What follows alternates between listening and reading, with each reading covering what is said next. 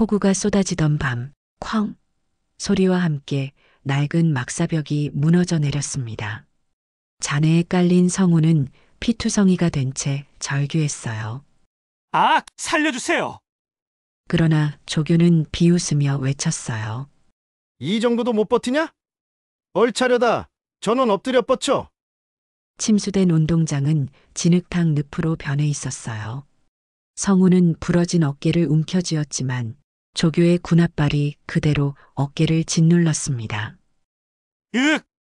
숨이 막히며 얼굴이 흙탕물에 처박혔어요. 살려달라는 말조차 삼켜야 하는 게 군대냐? 그 순간 강원도 산골 부대 상공에 헬기 굉음이 대지를 뒤흔들었습니다. 문이 열리자 두 개의 별을 단 김혜숙 소장이 분노의 눈빛으로 내려섰어요. 구독과 좋아요 눌러주시면 무너진 막사의 은폐된 진실을 폭로합니다. 강원도 깊은 산골에 자리 잡은 부대는 장마철 폭우가 사흘째 계속되면서 마치 거대한 물동이 안에 갇힌 듯 했습니다. 하늘에서 쏟아지는 빗방울들이 낡은 막사 지붕을 두드리는 소리가 밤새도록 그치질 않았죠. 김성우는 침대에 누워 천장을 올려다보며 한숨을 내쉬었습니다. 21살 이등병인 성우는 경상북도 시골 농가에서 자란 순박한 청년이었어요. 부모님께 효심이 깊어서 군 입대 전에도 농사일을 도우며 집안을 돌봤던 착한 아들이었습니다. 후두둑 후두둑 천장에서 떨어지는 물방울이 성운의 얼굴에 떨어졌습니다. 막사 벽면 곳곳에는 검은 곰팡이가 마치 독버섯처럼 번져 있었고 습한 공기는 폐를 조이듯 답답했어요. 성우는 물방울을 닦으며 속으로 중얼거렸습니다. 군대가 이렇게 낡아도 되는 건가? 나야 괜찮아도 누가 다치면 어쩌지? 그때 막사문이 거칠게 열리며 조교 상병이 들어왔습니다. 김조교는 평소에도 신병들을 괴롭히기로 유명했는데 오늘은 특히 기분이 나빠 보였어요. 비에 흠뻑 젖은 군복을 털어내며 큰 소리로 외쳤습니다. 아, 이 썩은 막사에서 편하게 누워있을 생각하지 마. 비 온다고 훈련 안 하는 줄 알았냐? 성운을 비롯한 신병들이 벌떡 일어나 차렷 자세를 취했습니다. 조교는 냉소적인 미소를 지으며 막사 안을 둘러봤어요. 이 정도 비에 무서워하면 진짜 전쟁 나면 어떻게 할 거냐? 오늘 밤 특별 훈련이다. 바로 그 순간 꽝 하는 큰 소리와 함께 막사 한쪽 벽에 금이 가기 시작했습니다. 성운의 눈이 커졌어요. 벽면의 균열이 거미줄처럼 퍼져나가고 있었거든요. 저기, 벽이 성운이 떨리는 목소리로 말하려던 순간 조교가 호통을 쳤습니다. 닥쳐. 그까짓 금 가는 거로 놀라면 군인이냐? 다들 밖으로 나가. 하지만 성운의 불안감은 계속 커져만 갔습니다. 고향에서 보낸 편지를 떠올려 봤어요. 어머니 김혜숙은 국방부에서 일한다고 하셨는데 구체적으로 어떤 일을 하시는지는 말씀하지 않으셨거든요. 다만 아버지가 조용히 귀띔해 주신 말이 있었습니다.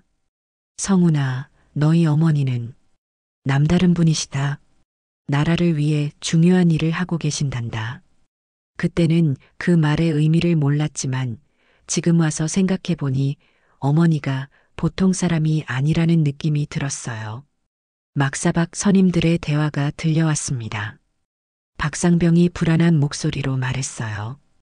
야, 이 막사 언제 지어진 거냐? 벽이 이렇게 갈라져도 되는 거야? 김일병이 고개를 저으며 답했습니다.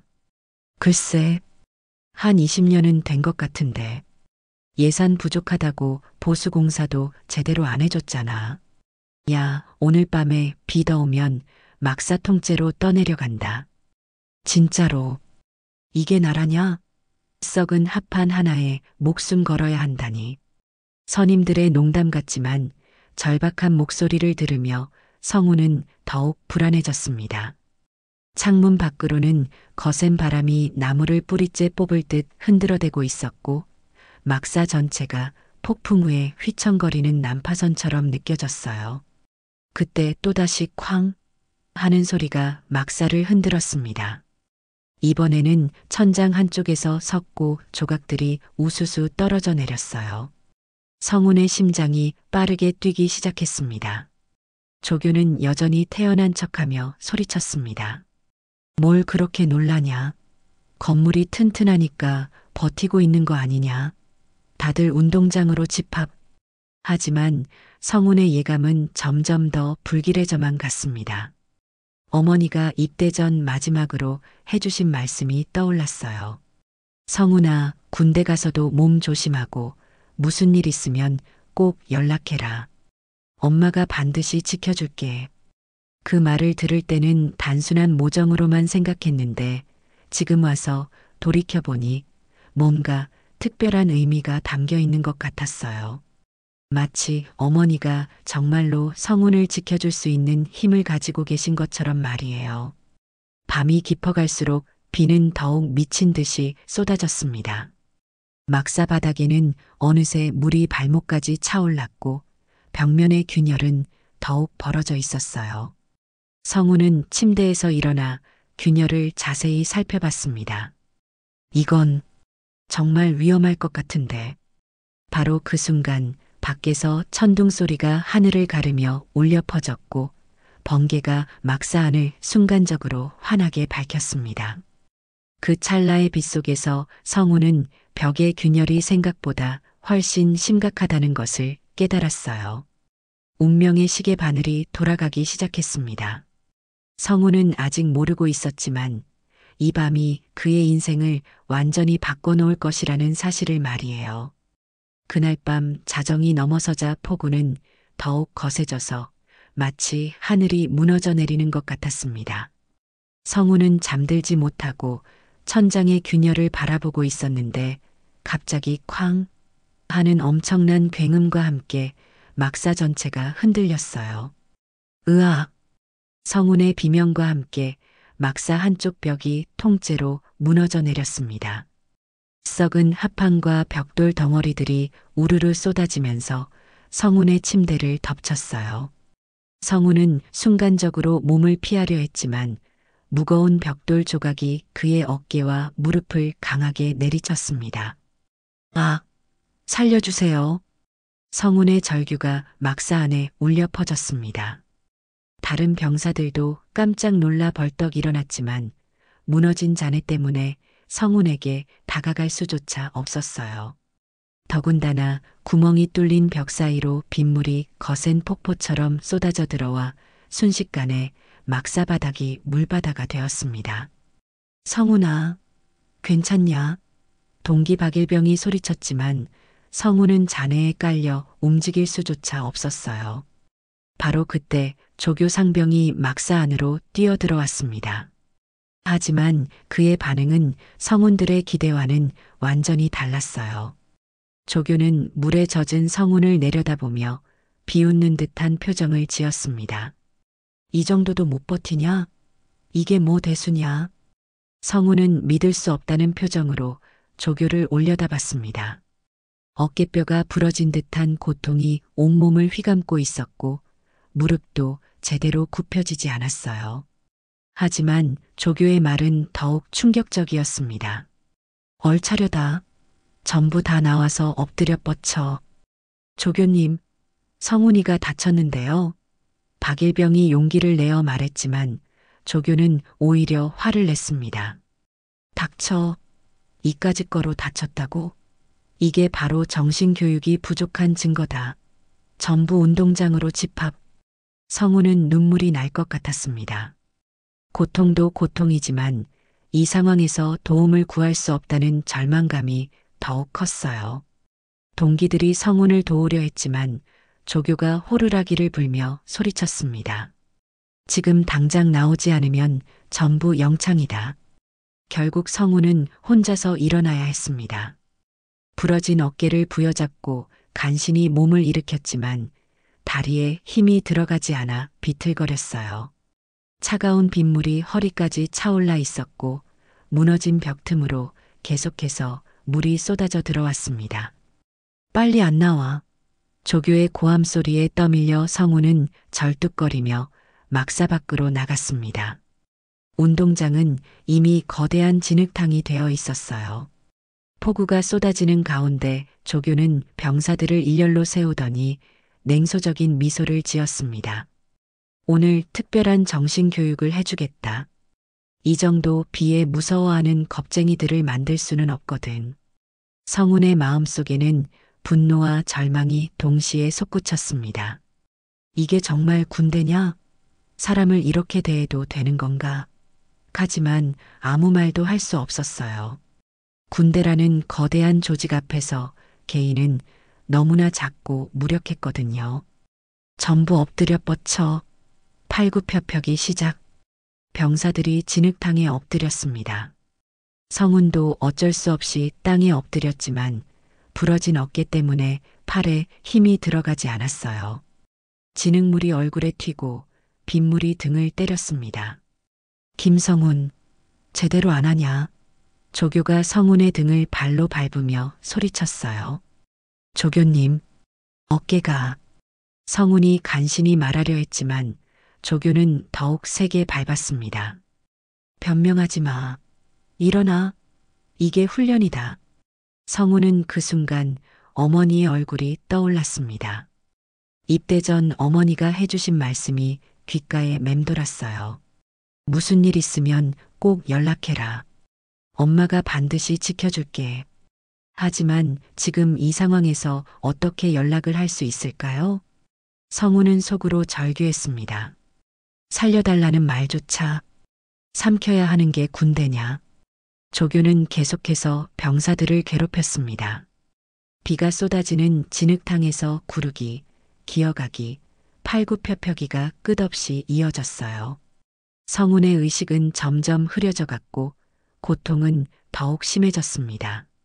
그때 저녁을 앞둔 정병장이 멀리서 이 광경을 지켜보고 있었어요. 정병장은 평소에도 후임들을 아껴주는 선임이었는데 오늘의 상황을 보고는 도저히 참을 수 없었습니다. 이건 훈련이 아니야. 이건 가혹행위다. 정병장은 주먹을 꽉 쥐었습니다. 자신도 신병 시절 비슷한 일을 겪어봤지만 이렇게 심한 건 처음 봤거든요. 특히 성운이 다친 상황에서도 훈련을 강요하는 건 명백한 인권 침해였어요. 폭우는 새벽까지 계속되었고 병사들은 진흙탕에서 지옥 같은 시간을 보내야 했습니다. 성운의 몸은 한계에 다다르고 있었지만 조교의 가혹행위는 멈추지 않았어요. 운명의 수레바퀴는 이미 돌아가기 시작했습니다. 이 밤의 일들이 곧 예상치 못한 거대한 폭풍을 불러일으킬 것이라는 사실을 아직은 아무도 알지 못했어요. 새벽 3시가 넘어서도 폭우는 그칠 줄 몰랐고 운동장은 완전한 진흙바다가 되어 있었습니다. 성운을 비롯한 병사들은 차가운 진흙물에 온몸을 처박힌 채 끝없는 얼차례를 당하고 있었어요.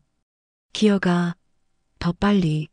조교 상병이 호각을 불며 소리쳤습니다. 성운은 부러진 어깨와 무릎을 끌며 진흙탕을 기어갔어요. 매번 팔을 짚을 때마다 어깨뼈에서 찢어지는 듯한 고통이 몰려왔지만 조교는 전혀 개의치 않았습니다. 오히려 성운이 느리다며 더욱 가혹하게 몰아붙였어요. 김성운, 왜 이렇게 느려 터졌냐? 제대로 안 기어가냐? 조교가 군화로 성운의 등을 강하게 밟았습니다. 성운은 으악 하며 진흙 속에 얼굴을 처박았어요. 입안으로 진흙물이 들어왔고 숨을 쉬기조차 힘들었습니다. 조교님, 제발, 숨을. 성운이 간신히 고개를 들어 애원했지만 조교는 더욱 세게 발로 눌렀어요. 변명하지 마.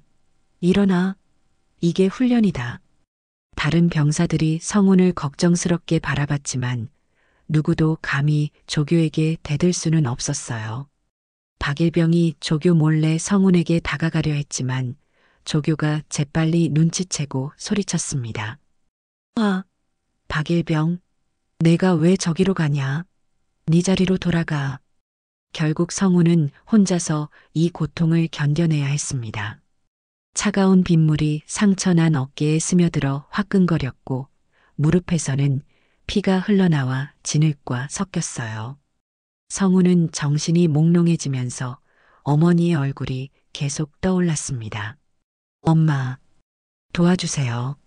하지만 그런 간절한 마음도 조교에게는 통하지 않았어요. 전부 엎드려 뻗쳐 자세, 팔굽혀펴기 50개씩 병사들이 다시 진흙탕에 엎드렸습니다. 성운도 어쩔 수 없이 팔굽혀펴기 자세를 취했지만 어깨 부상 때문에 팔이 떨려서 제대로 할 수가 없었어요. 하나, 둘, 하나, 둘. 조교가 구령을 외쳤지만 성운은 세 번째에서 주저앉고 말았습니다. 김성운, 왜 안 해? 조교가 성운의 어깨를 발로 짓눌렀어요. 아, 성운의 비명이 새벽 공기를 갈았습니다. 부러진 어깨뼈가 더욱 어긋나는 것 같았어요. 그 순간 멀리서 지켜보던 정병장이 더 이상 참을 수 없어 앞으로 나섰습니다. 조교님, 저 애가 정말 다쳤는 것 같은데요. 의무실로 보내야 하는 거 아닙니까? 조교가 정병장을 노려봤습니다. 정병장, 내가 왜 나서냐? 이건 정당한 훈련이다. 하지만 저건 훈련이 아니라. 정병장이 말하려던 순간 조교가 호통을 쳤어요. 닥쳐. 저녁 앞두고 사고 치려고. 니도 같이 얼차려 받을래? 정병장은 주먹을 꽉 쥐었지만 결국 물러설 수밖에 없었습니다. 군대의 계급사회에서는 아무리 옳은 말이라도 상급자의 명령을 거부하기 어려웠거든요. 성우는 그 모습을 보며 더욱 절망감에 빠졌습니다. 아무도 날 도와줄 수 없구나. 성운의 마음속에는 깊은 외로움이 자리 잡았어요. 조교는 계속해서 성운을 괴롭혔습니다. 진흙탕에서 굴러가기, 원산폭격, 오리걸음까지. 가혹행위는 끝날 줄 몰랐어요. 성운의 몸은 한계를 넘어서고 있었고 의식도 점점 흐려져 갔습니다. 살려달라는 말조차 삼켜야 하는 게 군대냐. 성운은 속으로 절규했어요. 그때 성운의 체온이 급격히 떨어지기 시작했습니다. 차가운 빗물에 장시간 노출되고 심한 부상을 입은 상태에서 계속된 가혹행위 때문이었어요. 성운의 입술이 파랗게 질리기 시작했고 온몸이 덜덜 떨렸습니다. 성운이 제대로 말도 할 수 없을 정도로 상태가 악화되었어요. 다른 병사들이 성운의 이상한 모습을 눈치채기 시작했습니다. 김일병이 걱정스러운 목소리로 말했어요. 성운이 얼굴이 너무 하얘졌는데요. 입술도 파래졌어요. 이상해요. 하지만 조교는 여전히 무관심했습니다. 연기하지 마. 이까짓 걸로 죽지 않아. 성우는 정말로 죽을 것 같은 공포를 느꼈습니다. 어머니가 해주셨던 말이 마지막으로 떠올랐어요. 무슨 일 있으면 꼭 연락해라. 어머니가 반드시 지켜줄게. 엄마, 정말로 도와주세요. 성우는 간절히 기도했습니다. 바로 그때 정병장이 더 이상 참을 수 없다는 표정으로 주머니에서 휴대폰을 꺼냈어요.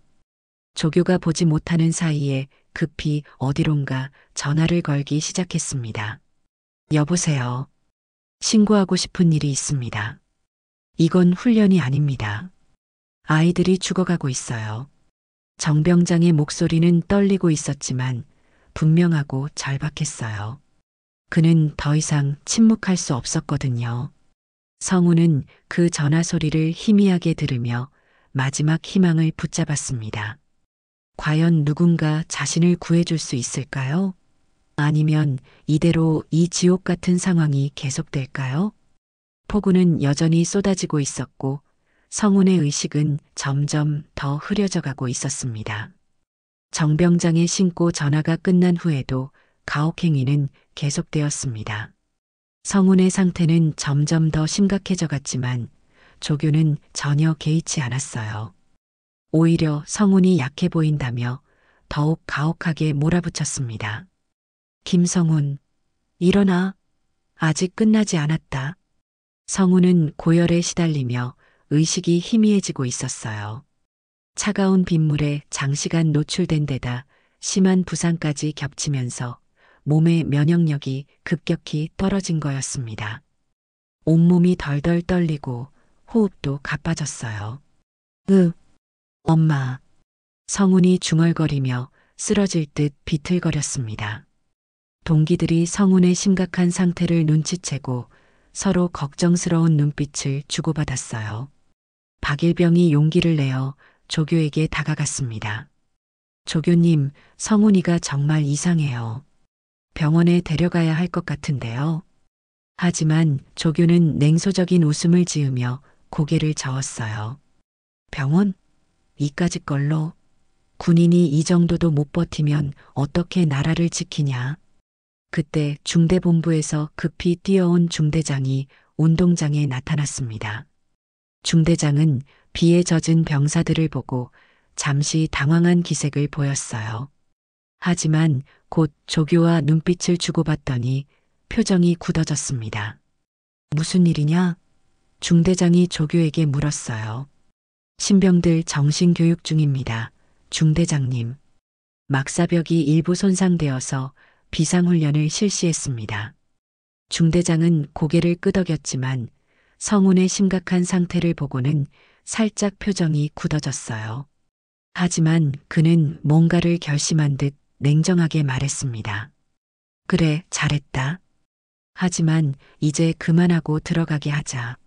중대장님, 그런데 성훈이가. 박일병이 다시 말하려 했지만 중대장이 손을 들어 막았어요. 괜히 문제 키우지 마라. 신병 하나쯤 덮고 넘어가면 돼. 그 말을 들은 병사들은 모두 충격을 받았습니다. 중대장마저도 이 상황을 무마하려 한다는 뜻이었거든요. 성훈의 생명보다는 부대의 체면이 더 중요하다는 거였어요. 성훈은 그 말을 듣고 절망감에 빠졌습니다. 정말 아무도 날 도와주지 않는구나. 성훈의 눈에서 빗물과 섞인 눈물이 흘러내렸어요. 전부 막사로 복귀. 중대장의 명령에 병사들이 하나둘 막사로 돌아갔습니다. 성훈도 비틀거리며 따라갔지만 걸음걸이가 매우 불안정했어요. 막사에 돌아온 성훈은 젖은 침대에 쓰러지듯 누웠습니다. 고열 때문에 온몸이 뜨겁게 달아올랐고 부러진 어깨와 무릎에서는 계속 통증이 몰려왔어요. 숨쉬기도 점점 어려워졌습니다. 성훈아, 괜찮냐? 박일병이 걱정스럽게 물었지만 성훈은 제대로 대답할 힘도 없었어요.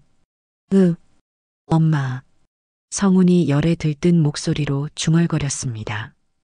다른 병사들이 성훈을 돌보려 했지만 조교가 들어와서는 큰 소리로 외쳤어요. 뭘 하고 있냐? 각자 자리에서 쉬어. 결국 성훈은 혼자서 고통을 견뎌내야 했습니다. 시간이 지날수록 열은 더욱 올라갔고 의식도 점점 흐려져 갔어요. 한편 중대장실에서는 긴급회의가 열리고 있었습니다.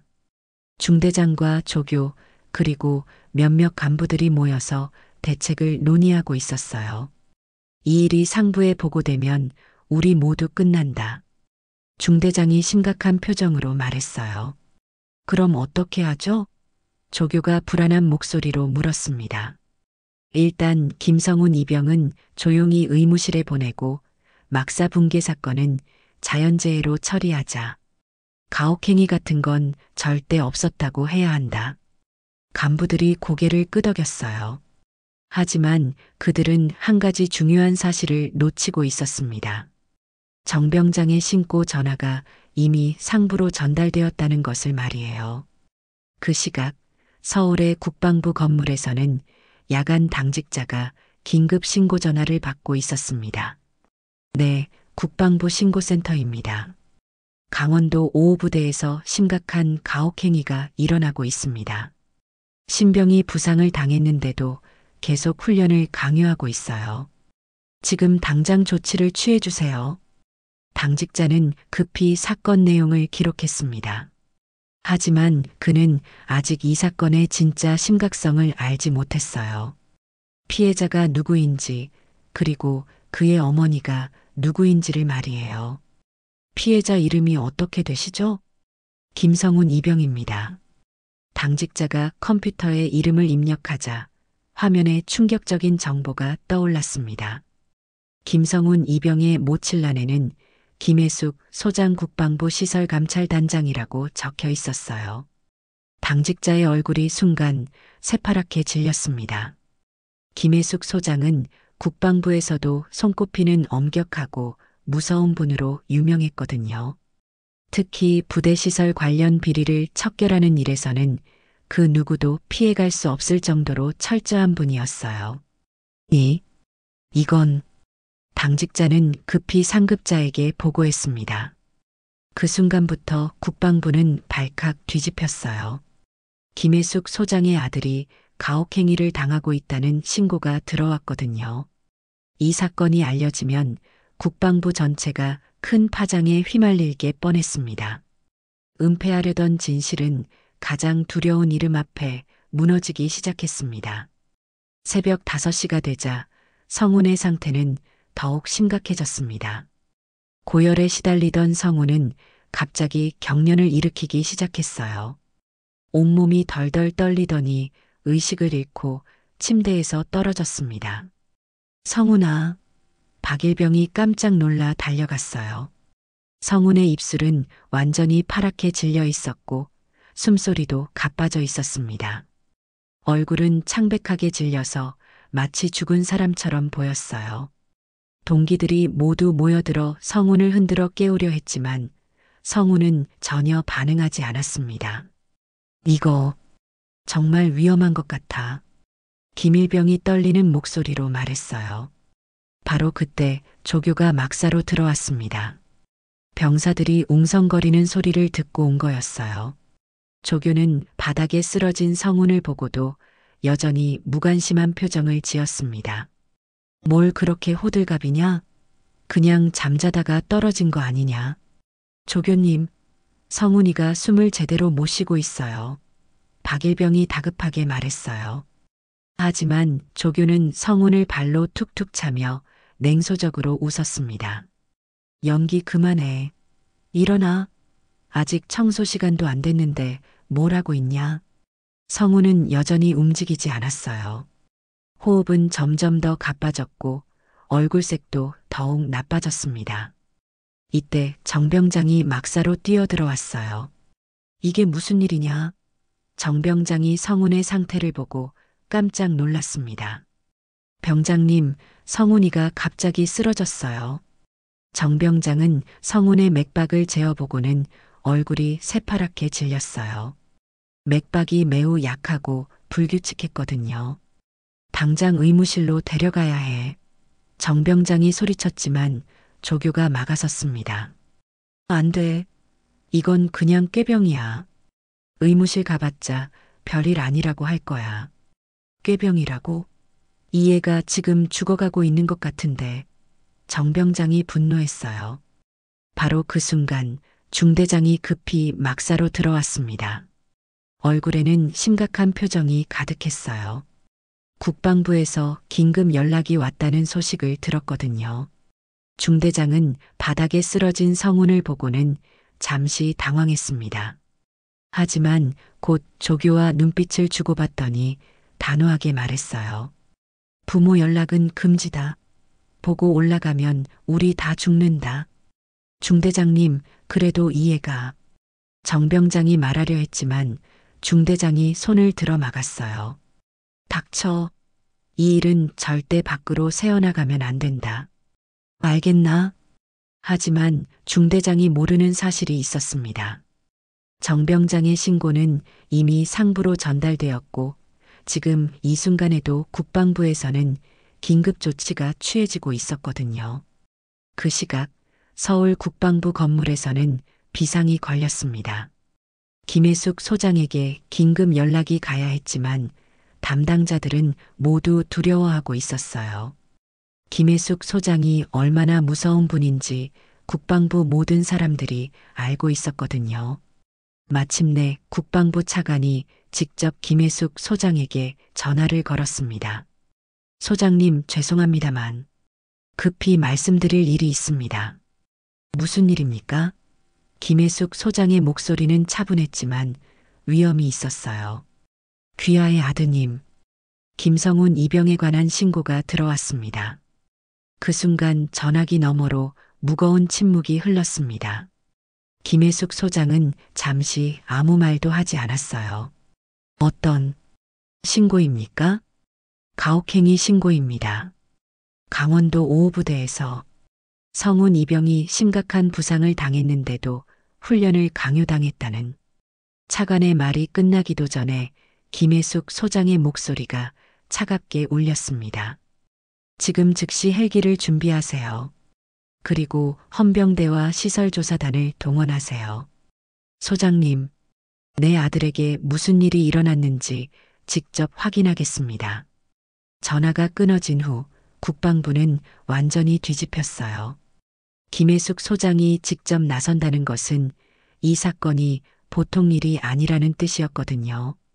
한편 부대에서는 성훈이 끝내 완전히 의식을 잃었습니다. 호흡도 더욱 가빠졌고 체온도 위험할 정도로 올라갔어요. 이제 정말 안 되겠어. 정병장이 중대장의 만류를 뿌리치고 성훈을 업었습니다. 아, 정병장, 어디 가는 거야? 중대장이 소리쳤어요. 의무실로 갑니다. 이해가 죽으면 책임질 거예요? 정병장이 성훈을 업고 의무실로 뛰어갔을 때 중대장실 전화가 울렸습니다. 중대장이 전화를 받는 순간 얼굴이 새하얗게 질렸어요. 네, 알겠습니다. 전화를 끊은 중대장은 조교를 불러서 급히 말했습니다. 큰일 났다. 국방부에서 직접 조사팀이 온다. 누가 온다고요? 중대장이 떨리는 목소리로 대답했어요. 김성훈 이병의 어머니, 김혜숙 소장이 직접 온다. 그 이름을 들은 순간 조교의 얼굴도 새파랗게 질렸습니다. 김혜숙 소장이 누구인지, 그분이 얼마나 무서운 분인지 조교도 알고 있었거든요. 보고 문건에 적힌 이름 부상자 김성훈 이병, 모친 김혜숙, 소장 국방부 시설감찰단장. 간부들은 모두 공포에 떨기 시작했습니다. 은폐하려던 진실이 가장 두려운 이름 앞에서 무너지고 있었어요. 오전 10시 강원도 산골부대 상공에 거대한 헬리콥터의 굉음이 울려 퍼졌습니다. 회색빛 군용 수송기가 폭우를 뚫고 부대 활주로에 착륙하는 모습은 마치 심판의 날이 온 것 같았어요. 헬기 문이 열리자 군복을 단정히 차려입은 한 여성이 내려섰습니다. 김혜숙 소장이었어요. 그녀의 어깨에는 2개의 별이 번쩍이고 있었고 얼굴에는 차가운 분노가 서려 있었습니다. 부대 간부들이 급히 마중을 나왔지만 김혜숙 소장은 그들을 거들떠보지도 않았어요. 곧바로 의무실로 향했습니다. 그녀의 뒤를 따라 헌병대원들과 시설조사단이 우르르 내려왔어요. 의무실에 도착한 김혜숙 소장은 침대에 누워있는 성훈을 보고 가슴이 찢어지는 듯 했습니다. 아들의 얼굴은 창백했고 어깨와 무릎에는 붕대가 감겨 있었어요. 산소 마스크를 쓰고 있는 성훈의 모습을 본 순간 김혜숙 소장의 눈에서 눈물이 흘러내렸습니다. 성훈아. 김혜숙 소장이 아들의 손을 잡으며 떨리는 목소리로 불렀어요. 의무병이 다가와서 조심스럽게 말했습니다. 소장님, 성훈 이병은 어깨뼈 골절과 무릎 인대 파열, 그리고 심한 탈진 증세를 보이고 있습니다. 체온도 40도가 넘어서. 김혜숙 소장이 의무병의 말을 끊었어요. 어떻게 이렇게 된 건가요? 그게. 의무병이 말을 망설였습니다. 중대장에게서 함부로 말하지 말라는 지시를 받았거든요. 바로 그때 중대장이 숨을 헐떡이며 의무실로 들어왔습니다. 김혜숙 소장을 보는 순간 얼굴이 새하얗게 질렸어요. 소장님, 뵙게 되어 영광입니다. 김혜숙 소장이 천천히 중대장을 돌아봤습니다. 그녀의 눈빛은 얼음처럼 차가웠어요. 중대장, 내 아들에게 무슨 일이 일어난 건가요? 그게 어제 폭우 때문에 막사벽이 일부 손상되어서 불가피한 사고였습니다. 사고? 김혜숙 소장의 목소리가 한 옥타브 낮아졌어요. 그 순간 정병장이 의무실로 들어왔습니다. 김혜숙 소장을 보고 잠시 놀란 기색을 보였지만 곧 결심을 굳히고 앞으로 나섰어요. 소장님, 제가 신고한 정병장입니다. 그래요? 고맙습니다. 정확히 어떤 일이 있었는지 말해주세요. 정병장은 중대장의 험악한 시선을 받으면서도 용기를 내어 말했습니다. 막사가 무너진 후 성운 이병이 부상을 당했는데도 조교가 계속해서 가혹행위를 했습니다. 폭우 속에서 진흙탕에 엎드려 뻗쳐를 시키고 부상당한 어깨를 발로 밟기도 했어요. 중대장이 급히 변명했습니다. 그건 정당한 훈련이었습니다. 과장된 이야기예요. 김혜숙 소장이 중대장을 향해 차가운 시선을 보냈어요. 정당한 훈련이라고요? 부상당한 병사에게 가혹행위를 하는 게 정당한 훈련입니까? 그때 조교 상병이 의무실 밖에서 상황을 엿보고 있었습니다. 김혜숙 소장의 위압적인 분위기에 다리가 떨렸어요. 평소 신병들을 괴롭힐 때의 그 오만함은 온데간데 없이 사라졌습니다. 김혜숙 소장은 성운에 젖은 군화를 들어 올렸습니다. 진흙과 핏자국이 섞여 있는 군화를 바라보며 눈물을 삼켰어요. 군대가 우리 아이들을 지켜야 하는데, 그런데 이 부대는 우리 아이를 죽이려 했군요. 김혜숙 소장의 목소리는 조용했지만 그 안에는 무서운 분노가 담겨 있었어요. 의무실 안의 모든 사람들이 숨을 죽였습니다. 중대장, 이 부대의 막사는 언제 지어진 건가요? 약 20년 전쯤. 20년 동안 제대로 된 보수 공사를 한 적이 있나요? 중대장이 말을 망설였어요. 사실 예산을 횡령해서 제대로 된 공사를 하지 않았거든요. 대답하세요. 김혜숙 소장의 목소리가 의무실을 가득 채웠습니다. 예산 문제로. 예산 문제라고요? 그럼 횡령한 예산은 어디 갔나요? 중대장의 얼굴이 새하얗게 질렸어요. 김혜숙 소장이 국방부 시설감찰단장이라는 사실을 이제야 제대로 깨달은 거였어요. 시설 관련 비리를 척결하는 것이 바로 그녀의 전문 분야였거든요. 김혜숙 소장은 휴대폰을 꺼내서 전화를 걸었습니다. 헌병대장, 지금 즉시 이 부대의 모든 간부들을 조사하세요.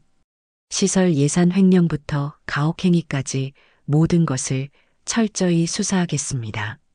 전화를 끊은 후 김혜숙 소장은 중대장을 향해 말했어요. 중대장, 당신은 지금부터 직위해제입니다. 그리고 조교는 어디 있나요? 조교 상병이 떨리는 다리로 의무실에 들어왔습니다. 평소 신병들을 괴롭히던 그 오만한 모습은 찾아볼 수 없었어요. 조교 김상병입니다. 김혜숙 소장이 조교를 바라봤습니다. 그 시선만으로도 조교는 기가 죽었어요. 당신이 내 아들을 괴롭힌 그 조교군요. 죄송합니다. 죄송하다고요? 부상당한 병사를 진흙탕에서 괴롭힌 게 죄송하다는 말로 끝날 일인가요? 김혜숙 소장의 분노는 이제 폭발 직전이었습니다. 곧장 헌병과 군시설조사단을 불러 모았어요. 이 부대의 모든 비리와 가혹행위를 뿌리 뽑겠다는 결심이었습니다. 반격의 서막이 오르고 있었습니다. 오후 2시 무너진 막사 앞에 부대 전체 장병들이 집합했습니다. 김혜숙 소장의 명령으로 긴급 전체 집합이 내려진 거였어요. 헌병대원들이 부대 곳곳을 수색하고 있었고 시설조사단은 막사의 붕괴 원인을 철저히 조사하고 있었습니다. 김혜숙 소장이 무너진 막사 앞에 섰습니다. 그녀의 뒤로는 헌병대장과 조사단원들이 나란히 서 있었어요. 부대 전체가 숨을 죽이고 있었습니다. 평소 오만하던 간부들도 모두 고개를 숙이고 있었어요. 장병 여러분, 김혜숙 소장의 목소리가 부대 전체에 울려 퍼졌습니다. 오늘 이곳에서 일어난 일을 여러분들이 직접 목격했을 것입니다. 막사가 무너졌고 한 병사가 중상을 입었습니다. 그런데 그 후에 무슨 일이 일어났나요? 병사들이 서로 눈치를 보며 웅성거렸어요. 조교와 중대장의 눈치를 보느라 아무도 감히 대답하지 못했습니다. 김혜숙 소장이 한 걸음 앞으로 나아가며 더욱 엄중한 목소리로 말했어요. 내가 직접 대답하겠습니다. 부상당한 병사를 포구 속 진흙탕에서 괴롭혔습니다. 어깨뼈가 부러져 고통스러워하는 아이를 발로 밟았습니다. 그것도 새벽까지 말이에요. 부대 전체가 충격에 휩싸였어요. 간부들의 얼굴이 새하얗게 질렸습니다. 그때 정병장이 앞으로 나섰습니다. 보고드리겠습니다. 김성훈 이병이 막사 붕괴로 부상을 당했음에도 불구하고 조교가 계속해서 가혹행위를 자행했습니다. 의식을 잃을 때까지 괴롭혔습니다. 김혜숙 소장이 고개를 끄덕이며 시설조사단장을 불렀어요. 조사 결과를 발표하세요. 시설조사단장이 서류를 들고 앞으로 나왔습니다. 보고드립니다. 이 막사는 20년 전 부실공사로 건설되었으며 시설 보수 예산 총 15억 원 중 12억 원이 횡령된 것으로 확인됩니다. 부대 전체가 술렁였어요. 그 엄청난 횡령 규모에 모두가 충격을 받았습니다. 김혜숙 소장이 무너진 막사의 잔해를 집어들었어요. 손바닥 크기의 썩은 벽돌 조각이었습니다. 이 썩은 벽돌을 보세요. 이게 여러분이 목숨을 맡기고 있는 막사의 실체입니다. 김혜숙 소장이 벽돌 조각을 힘껏 바닥에 던졌어요. 쾅! 하는 소리와 함께 벽돌이 산산조각 났습니다. 너희가 빼돌린 예산, 부실공사, 썩은 벽돌 하나하나가 그게 우리 아이들을 깔아뭉갰다. 중대장이 떨리는 목소리로 변명하기 시작했습니다. 소장님, 저희도 어쩔 수 없었습니다. 원래 다 이렇습니다. 윗선에서도 눈 감아주고 있었고 상부에서 묵인했다고요? 김혜숙 소장의 목소리가 한 옥타브 올라갔어요. 그럼 국방부 시설감찰단장인 내가 직접 확인해 보겠습니다. 이 부대뿐만 아니라 연관된 모든 부대를 전수조사하겠어요. 중대장의 얼굴이 완전히 새하얗게 질렸어요. 김혜숙 소장이 정말로 국방부의 고위 간부라는 사실을 이제야 제대로 깨달은 거였습니다. 김혜숙 소장이 조교를 향해 날카로운 시선을 보냈어요. 조교, 앞으로 나와. 조교 상병이 다리가 후들거리며 앞으로 나왔어요. 평소 신병들을 괴롭힐 때의 그 거만한 모습은 온데간데 없었습니다. 당신이 내 아들의 부러진 어깨를 발로 밟았죠? 그건 훈련이었습니다. 김혜숙 소장이 책상을 주먹으로 세게 내리쳤습니다. 쾅! 하는 소리가 부대 전체에 울려 퍼졌어요. 훈련이라고요? 부상당한 병사를 괴롭히는 게 훈련인가요? 조교는 완전히 기가 죽어서 바닥만 바라봤어요. 김혜숙 소장이 헌병대장에게 신호를 보냈습니다. 헌병대장이 체포영장을 꺼내들었어요. 김중대장, 박조교, 시설 예산 횡령과 병사 가혹행위 혐의로 긴급 체포합니다. 안 됩니다. 저희는 잘못이 없습니다. 중대장이 발버둥쳤지만 헌병들이 재빨리 수갑을 채웠어요. 조교도 마찬가지로 수갑이 채워졌습니다. 그가 저항하려 하자 헌병이 단호하게 말했어요. 저항하면 공무집행 방해까지 추가됩니다. 병사들이 그 광경을 보며 경악했습니다. 절대적인 권력이라고 생각했던 간부들이 순식간에 체포되는 모습이었거든요. 김혜숙 소장이 체포되어 끌려가는 간부들을 바라보며 차가운 목소리로 말했어요. 이것이 시작입니다. 이 부대의 모든 비리와 가혹행위를 뿌리 뽑을 때까지 조사는 계속될 것입니다.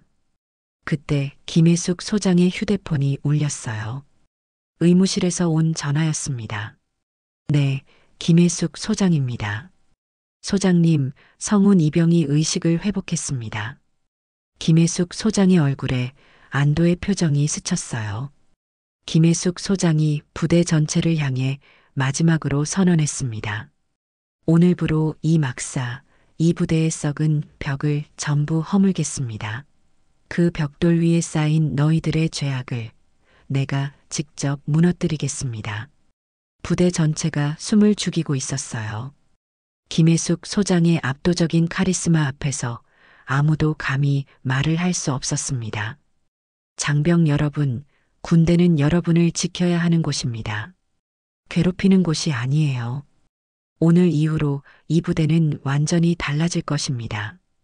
정병장이 앞으로 나와서 깍듯이 격려를 했어요. 소장님, 신고를 받아주셔서 감사합니다. 성훈이와 모든 병사들을 구해주셔서 정말 고맙습니다. 김혜숙 소장이 정병장에게 답례했습니다. 정병장님이야말로 용기 있는 신고를 해주셔서 고맙습니다. 당신 같은 선임이 있어서 이 부대에 희망이 있습니다. 김혜숙 소장이 의무실로 향하는 동안 부대는 완전히 달라진 분위기에 휩싸였어요. 체포된 간부들의 빈자리가 무겁게 느껴졌지만 동시에 새로운 희망이 싹트고 있었습니다. 정의로운 어머니의 분노가 썩은 부대를 뿌리째 뒤흔든 역사적인 하루였습니다. 한 달 후 강원도 산골 부대는 완전히 새로운 모습으로 탈바꿈했습니다. 무너졌던 낡은 막사 자리에는 최신식 건물이 우뚝 서 있었어요. 김혜숙 소장이 직접 예산을 확보하고 감독한 결과였습니다. 성훈은 서울에서 치료를 받고 회복한 후 어머니와 함께 부대를 다시 찾았어요. 어깨와 무릎의 상처는 많이 나아졌지만 아직 완전하지는 않았습니다. 하지만 성훈의 얼굴에는 이전에 없던 밝은 미소가 번져 있었어요. 와, 정말 달라졌네요. 성훈이 새로 지어진 막사를 바라보며 감탄했습니다. 김혜숙 소장이 아들의 어깨를 가만히 두드리며 말했어요. 이제 우리 아이들이 안전하게 지낼 수 있게 되었구나. 새로운 막사는 정말 놀라웠습니다. 곰팡이 하나 없는 깨끗한 벽, 최신식 환기시설, 그리고 무엇보다 튼튼한 구조로 지어져 있었어요. 이전의 썩은 막사와는 완전히 다른 모습이었습니다. 정병장이 성훈과 김혜숙 소장을 맞이하러 나왔어요. 정병장은 이제 부사관으로 진급해서 이 부대의 새로운 분대장이 되어 있었습니다. 성훈아, 많이 나아졌구나. 정병장이 반가워하며 성훈을 맞이했어요. 분대장님, 안녕하세요. 성훈이 밝게 인사했습니다. 김혜숙 소장이 정병장에게 고개를 숙였어요. 정분대장님, 그때 용기 있는 신고 정말 고마웠습니다. 당신이 아니었다면 소장님 당연한 일을 했을 뿐입니다. 성훈이가 무사해서 정말 다행이에요. 새로운 중대장도 나와서 인사를 드렸습니다. 이전의 중대장과는 완전히 다른 인품을 가진 분이었어요. 소장님, 이 부대를 새롭게 만들어주셔서 감사합니다. 앞으로 이런 일은 절대 일어나지 않도록 하겠습니다. 부대를 둘러보던 성훈은 운동장에서 훈련하고 있는 후임들을 봤어요. 하지만 이전과는 완전히 달랐습니다. 가혹행위는 전혀 없었고 선임들이 후임들을 따뜻하게 보살피고 있었어요. 정말 많이 달라졌네요. 성훈이 감회에 젖어 말했습니다. 김혜숙 소장이 성훈의 손을 잡으며 말했어요. 성훈아, 내가 겪은 고통이 헛되지 않았구나. 이제 수많은 아이들이 안전하게 군 생활을 할 수 있게 되었어. 성훈의 눈가가 촉촉해졌어요. 자신이 당한 고통이 다른 사람들을 위한 의미 있는 일이 되었다는 생각에 가슴이 뭉클했습니다. 엄마, 내가 다친 게 헛되지 않았으면 좋겠어요. 김혜숙 소장이 아들을 따뜻하게 안아주었어요. 그래, 내 고통이 수많은 아이들을 지켰다. 이제 군대는 정말로 달라져야 하고 또 달라질 거야. 그때 부대 전체에 방송이 울려 퍼졌습니다. 전 장병은 운동장으로 집합하시기 바랍니다. 성훈과 김혜숙 소장도 운동장으로 향했어요. 전 부대원들이 정렬하여 서 있었습니다. 새로운 중대장이 앞으로 나와서 말했어요. 오늘 우리 부대에 특별한 손님이 오셨습니다. 김성훈 이병과 김혜숙 소장님을 모시고 새로운 다짐을 하고자 합니다. 병사들이 모두 성훈을 바라봤어요. 따뜻한 시선들이었습니다. 이전처럼 무서워하거나 외면하는 시선이 아니라 진심으로 고마워하는 눈빛들이었어요. 정분대장이 앞으로 나와서 말했습니다. 성훈이의 희생 덕분에 우리 부대가 새롭게 태어날 수 있었습니다. 앞으로 우리는 서로를 보호하고 아끼는 부대가 되겠습니다. 충성! 부대 전체가 우렁찬 구호를 외쳤어요. 성훈이 감동받아 눈물을 흘렸습니다. 자신을 괴롭혔던 그 부대가 이렇게 따뜻한 곳으로 변할 수 있다는 게 믿어지지 않았어요. 김혜숙 소장이 마이크를 잡고 부대원들에게 말했습니다. 장병 여러분, 군대는 우리나라의 기둥입니다. 그 기둥이 썩으면 나라 전체가 위험해집니다. 하지만 여러분 같은 건전한 장병들이 있기에 우리나라는 안전합니다. 박수가 운동장 전체에 울려 퍼졌어요. 성훈이 용기를 내어 앞으로 나섰습니다. 떨리는 목소리로 말하기 시작했어요. 저는 한때 이 부대가 무서웠습니다. 하지만 지금은 자랑스럽습니다. 정분대장님 같은 선임들이 계시고 서로를 아끼는 동기들이 있기 때문이에요. 성훈이 어머니를 바라보며 말을 이었습니다. 그리고 저에게는 세상에서 가장 용감한 어머니가 계십니다. 성훈이 김혜숙 소장에게 정중히 경례를 했어요. 충성, 어머니, 아니, 우리 모두의 장군님. 김혜숙 소장의 눈에서도 눈물이 흘러내렸습니다. 아들이 이렇게 당당하게 성장한 모습이 너무 자랑스러웠어요. 성훈아, 내가 정말 자랑스럽다. 앞으로도 용기 있는 사람이 되거라. 해가 지면서 부대에는 평화로운 분위기가 흘렀습니다. 성훈은 새로운 막사를 둘러보며 마음속으로 다짐했어요. 이제 정말 안전한 곳이 되었구나. 나 같은 일을 겪는 사람이 더 이상 없었으면 좋겠어. 무너진 건 낡은 막사였지만 다시 세운 건 정의와 용기였습니다. 그리고 무엇보다 소중한 건 사람을 사람답게 대하는 따뜻한 마음이었어요. 김성훈과 김혜숙 모자가 함께 부대를 떠나는 모습을 보며 모든 장병들이 가슴 뜨거운 감동을 느꼈습니다. 진정한 변화는 이렇게 시작되는 것이었습니다. 정병장의 용기 있는 신고와 김혜숙 소장의 정의로운 분노는 한 사람의 작은 행동이 얼마나 큰 변화를 일으킬 수 있는지 보여줍니다. 침묵하지 않는 용기, 옳은 일을 위해 행동하는 마음이야말로 세상을 바꾸는 힘이죠. 이 이야기가 마음에 와닿으셨다면 좋아요와 구독 부탁드려요. 여러분의 응원이 더 좋은 콘텐츠의 원동력입니다.